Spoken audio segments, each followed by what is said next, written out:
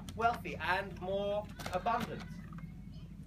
So the art of appreciation is the art of the magic of DNA and the possibility that through appreciation, everything in our life, our physical vitality, our mental clarity, our emotional, heart-opening ecstasy can become more and more alive in each moment. That we can experience more fulfillment through appreciating right here, right now, and it will keep flowing on ever more. So I encourage everyone to ask themselves more and more and more inspiring and infusing questions, to continually keep the door of their heart open to possibilities and be vulnerable.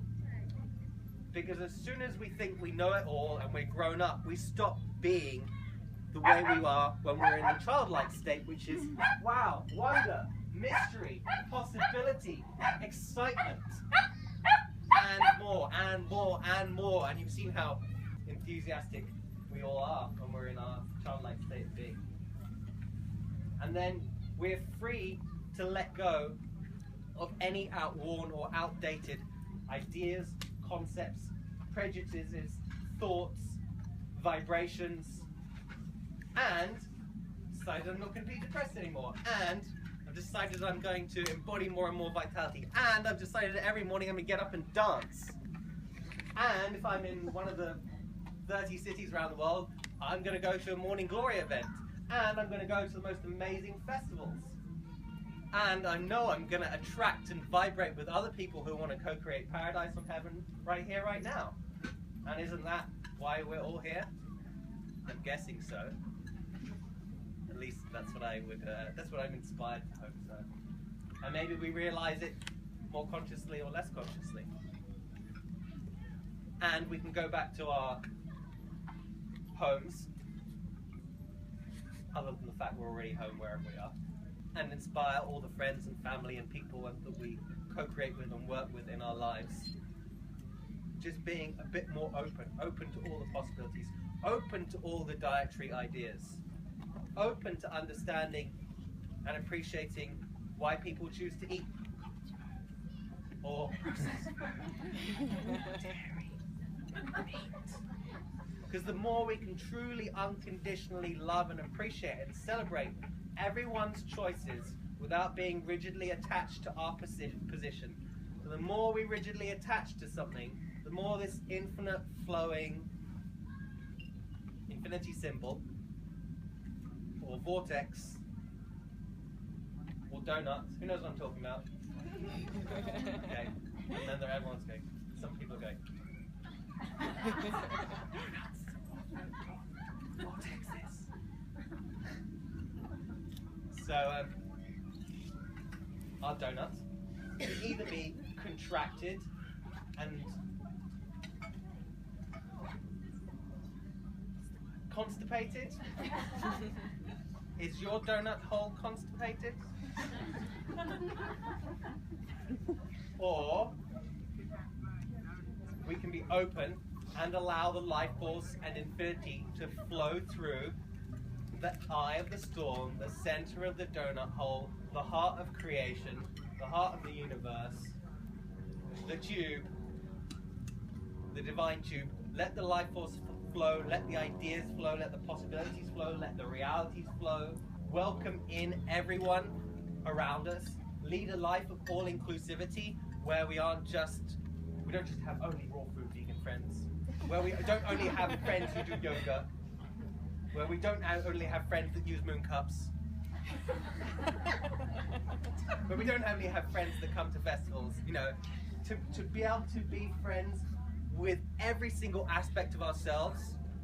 You know, some of us will be less friends with our sexual parts, some of us will be less friends with our digestive system, some of us will be less friends with our emotions, some of us will be less friends with our intellect. And each of us has a different area of our experience as expressed in our body that we're more comfortable with and less comfortable with. Which, you know, there's many ways to gauge and notice where our strengths are and where we're challenged by. And you know, you could use astrology to look through that. So it's all about food and nutrition is definitely supported by us learning more and more, which is appreciating. Learning is appreciating more and more about ourselves, learning about moving our body, all the different types of moving our body. That's the only way to do movement or exercise, is to do it all and have fun and not get stuck in any idea. I only do Ashtanga yoga, I only do running. Do it all, have fun, be open to the possibilities of enjoying it all. Hey bro. So that would just be on exercise and movement. No, if it's some other area of our body, explore and appreciate everything. If we're not used to expressing our emotions as much, getting in touch with that.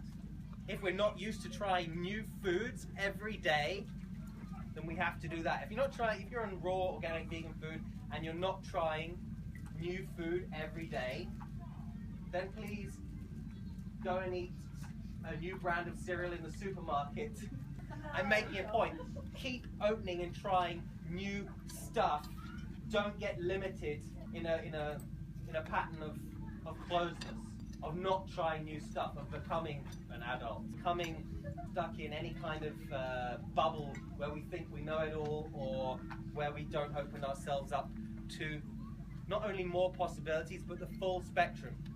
And by full spectrum, I'm referring to the fact that our entire universe, this giant infinity toroidal vortex, to try and describe the shape and the nature of our universe, that shape, that vibration, that consciousness, this living shape that is reflected in our body, in our planet, and in the solar system, and the whole universe.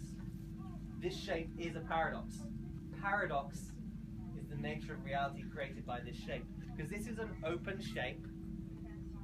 It's an open source shape. It's an ever-flowing shape. It's an eternal shape. And in the middle is the heart. Is the flow, is the tube in the middle of the vortex, is the eye of the storm. And the meat of the donut, so to speak, or the chaos of the storm that's going around the eye, is all the possibilities in the universe. And within all the possibilities of the universe, all seemingly opposing and contradictory realities and truths, whether they be about whether coffee is good for you or bad, whether raw chocolate is good for you or bad, the truth is, and both. There is no rigid right answer to whether, exactly. Everything exists, and everything can complement each other. So the full spectrum is knowing that we can be the heart, we can embody the heart of uniting and unifying, which is yoga, everything in creation. But we can only do it through being in our heart, because our mind, if anyone's in their mind in this second, trying to work out this confusing stalemate equation, mindfuck, excuse my French, it's coming out of my mouth, it is. Because the consciousness of the heart, the infinite consciousness of the heart, is such a different vibration. We can immediately tune into the answer because we are at the center of it all. We're in the eye of the storm. The absolute beauty and truth of existence, we cannot entertain it. We cannot let it in and through us because we've closed off to it. We've closed off to the fact that everything is a paradox.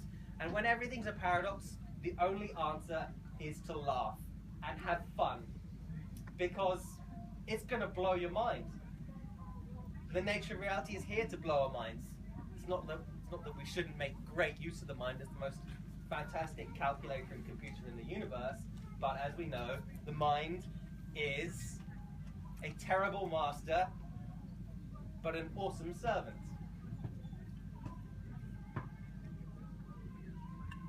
And that's really what Wild Food Cafe is all about, is that we remember the reason why Wild Food Cafe exists. The reason I decided that about Wild Food Cafe, or we decided that about Wild Food Cafe, is because we decided it already about ourselves and our lives, is that life is the opportunity for ecstatic service. We all know it's about love. I mean, you can all talk about how it's about love, but that love comes into fruition comes into tangibly being expressed in our lives through service, which is why we can end up in a well-intended but neurotically run health food, organic, vegan restaurant, and everyone's really so serious about making the most pure food, and it's kind of like looking like that at McDonald's across the road and going, this is right, that's wrong. You know, if we're making food and we're in that vibration, it's going to be less than the most ecstatic food ever. And there are all kinds of very well-intended food organizations around the world that are trying to make the best food, but if they're not in their most ecstatic, loving heart right now that is non-judgmental, because we cannot exist and experience the real living, infinite state of love that is reality right now and be in judgment at the same time.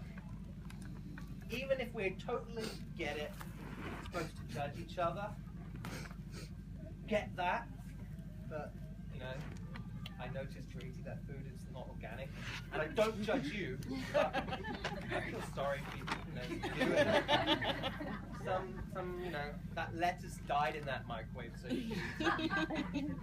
when we're contracted and we're analyzing stuff like that, when we're stuck in our heads, we're breathing in a different way. We're breathing shallow. We're not breathing as a gigantic universal orgasm, which is how we can be breathing every second.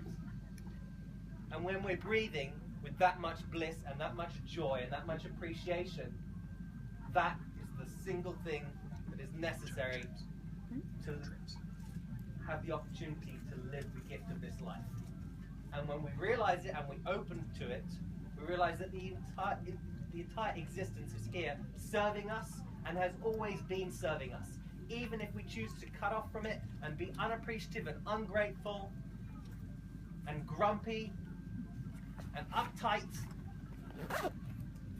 the universe is always serving us, unconditionally loving us.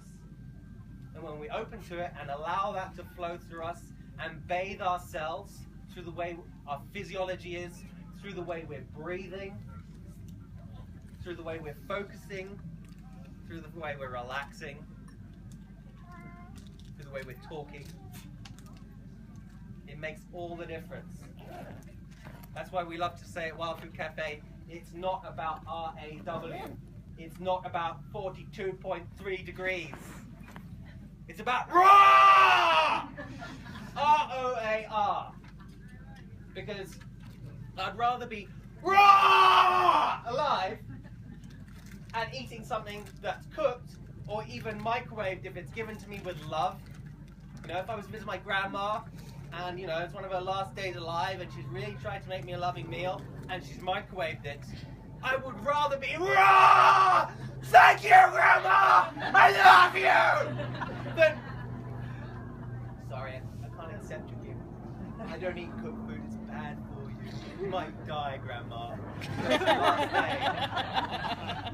So, it really is about roaring, and you don't actually have to be as nutty as that and literally be like Noah roaring on stage down the microphone all the time. See, it can be normal. But when it's time to roar, it's up to each of us. Right here, right now, whatever you're doing, life is inviting us and calling us to the ecstasy of serving the entire universe back in deepest appreciation for the fact that we're always being served. Not only in this lifetime, but all lifetimes for eternity we are being served. And you know, in this lifetime we've been served from the first breath, from the first wonderful drop of breast milk from some heavenly divine breasts, to right here, right now. Every second the universe has been serving us. It doesn't want anything from us, but it's just inviting us. But if you feel like it, you can join the infinite oneness of bliss, and you can get into this service dance. Not like terrible, so I have to serve someone else. I have to be a slave and serve, and like, oh, I'm not sure I'm getting paid enough to do this. It's like, look, you have the opportunity to express your unique gift and presence and beauty and creativity right here, right now. It's so important that the way we eat, how we eat, and what we eat serves us being raw. Not the food being raw. That's really useful if that accompanies it and complements it. But it's so important that each of us is rawing, and we can raw silently. But by raw, it's about like, everyone knows what their body feels like when you let out a roar and your sphincter loosens a bit. Your heart opens a bit. And you feel flooded with a giant tornado vortex whirlpool of delicious life force coming in. You're like, feel alive! You know? It's about how can we eat and asking ourselves and opening up the possibilities. How can I eat in a way today that allows me to feel raw? R-O-A-R. Yeah, okay, maybe some uncooked vegetables and fruit would be a good idea. And of course, get into it. Love that. You know, have the passion, enthusiasm, creativity of making delicious food for everyone all around you. Providing food and nourishment to everyone around you by smiling, by being present, by looking in people's eyes, by talking your truth. Each of us has a purpose. And the purpose is nothing more than there's no like sentence written in stone. There's no equation put down somewhere in a computer that is our purpose. Our purpose is to be purposeful here and now, and we each have our unique embodiment of that. And it can just be to be absolute beauty right here, right now. And it can change moment to moment. It can be beauty right here, right now, gentlemen. Maybe some of you can attest to this. And the next minute it can be, "Rah, Carly!" You know? So we can see, you know, a woman's purpose. Sometimes the goddesses around us, the best way they serve us is with their beauty. And sometimes, not just because they're crazy bitches, sorry, their best way to serve us is through being crazy bitches and being fierce and being wild and being provocative and pushing our buttons. Why does a button exist if not to be pushed? If buttons exist, they're there to be pushed.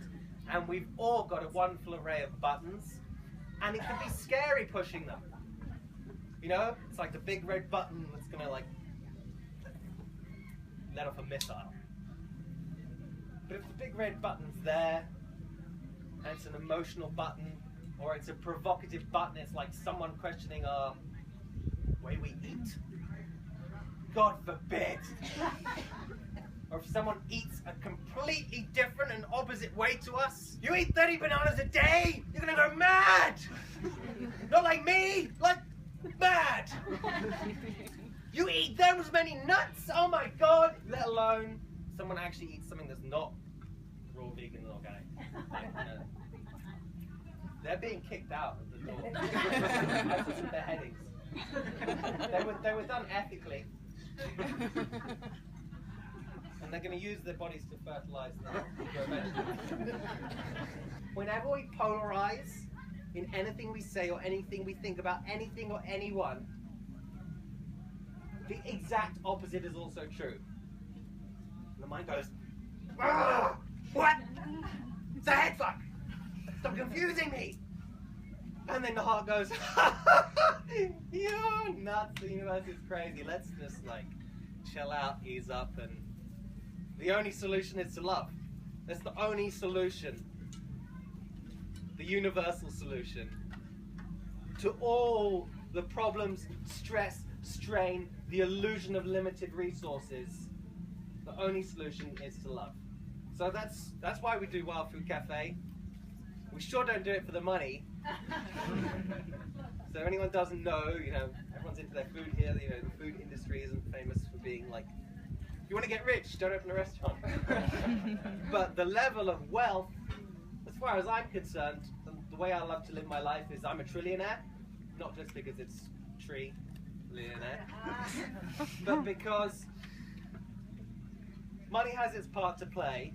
But as far as I'm concerned, I just choose to invoke and celebrate and appreciate the fact that the nature of reality right here, right now, in this present moment, in this universe, in this heart which we all share is paradise. So we're going to go to the efforts of opening a restaurant in central London. Central London. Not only that, not with a big pot of money. I didn't have anything but some debts. And I barely made, I don't think it's an exaggeration, I've never even analysed because you can see how little I cared about money. I don't think I've ever made more than £5,000 a year between the ages of my working life that I could have started, first job at 15, through till 30. I don't think I made more than £5,000 a year. But I chose to live each of those years like I was a trillionaire, and I experienced the most deliciously wonderful life. And I managed to do it with next to no money.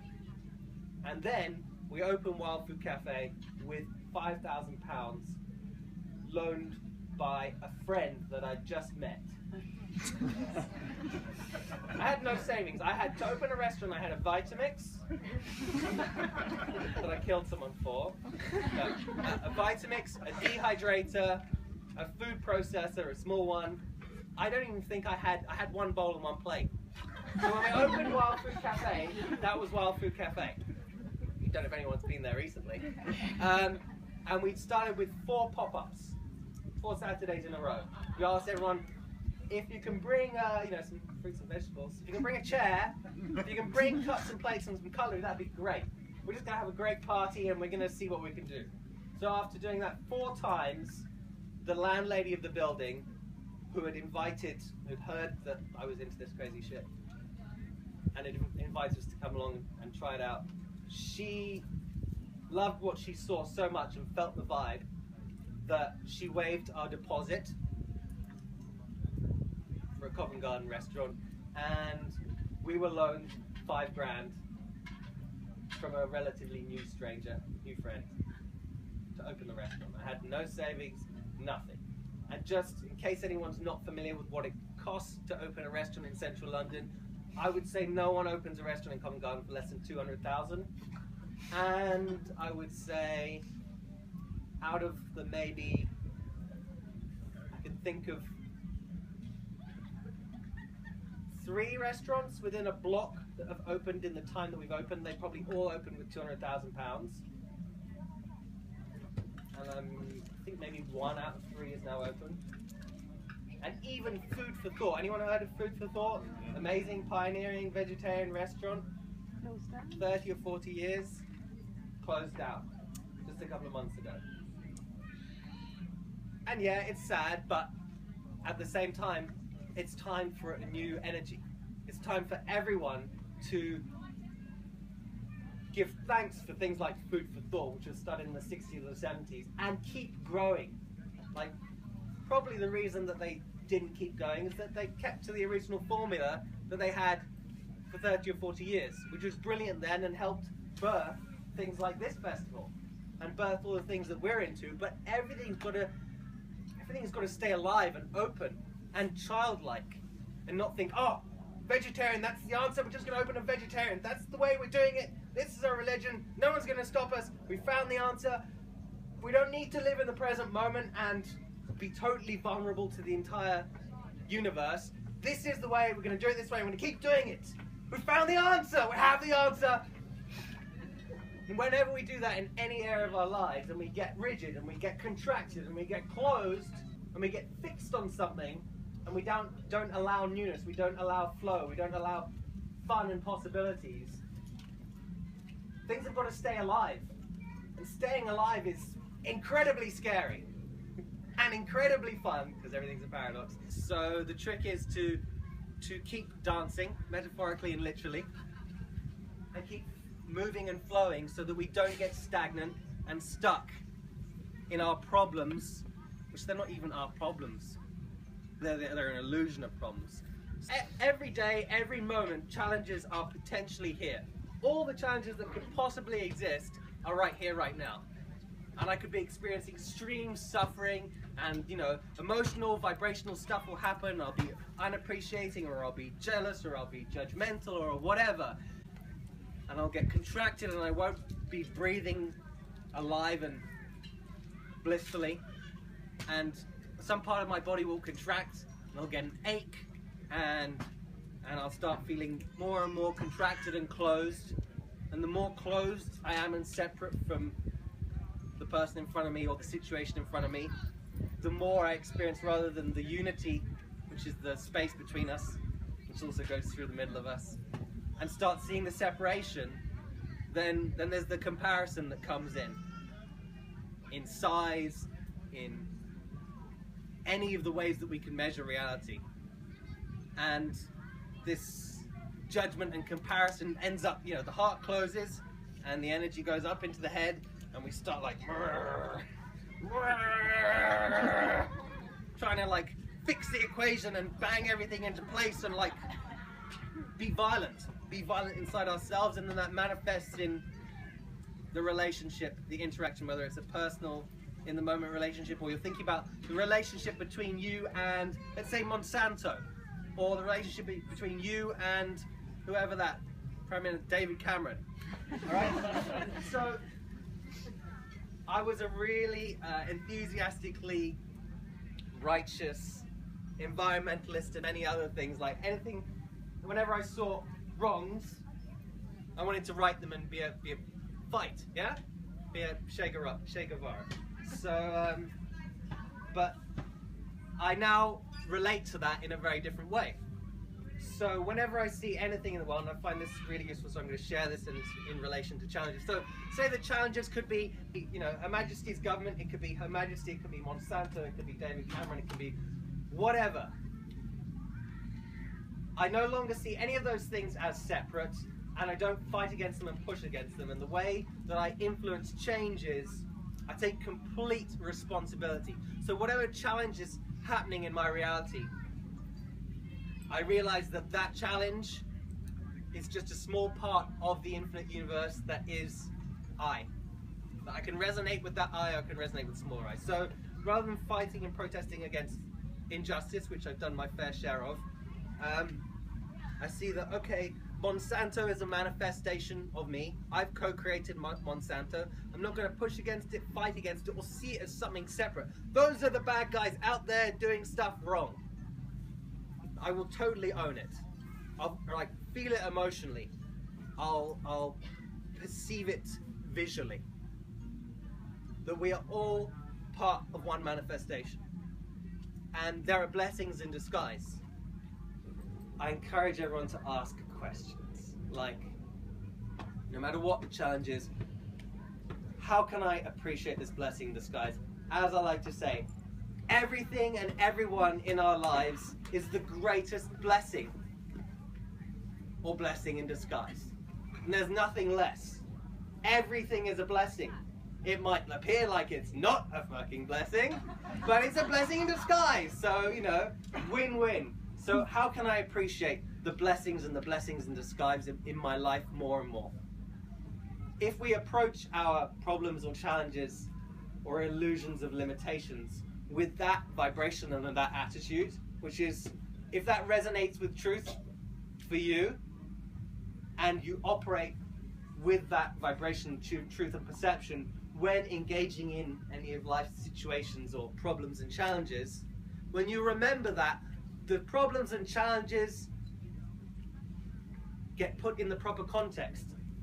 Oh yeah, there's a problem and challenge, but oh yeah, I'm a divine infinite being, and we're in a divine infinite universe, and all possibilities exist, and if we're made up of an energy field that is eternal and omnipresent, I think it might be not too dumb. It might be clever. It could be infinitely intelligent. It might be wise. It could be loving. It could be ecstatic. But nah. It's just an accident of the molecules bumping into each other. Let's go back to being a victim of this problem. Monsanto! Oh, you're bad! Oh, stop killing us! You know, if you remember who you are, and you decide to feed the world with the greatest unique vibration and gift that you are here to express, that's the best vibration and food you can be nourishing the world with.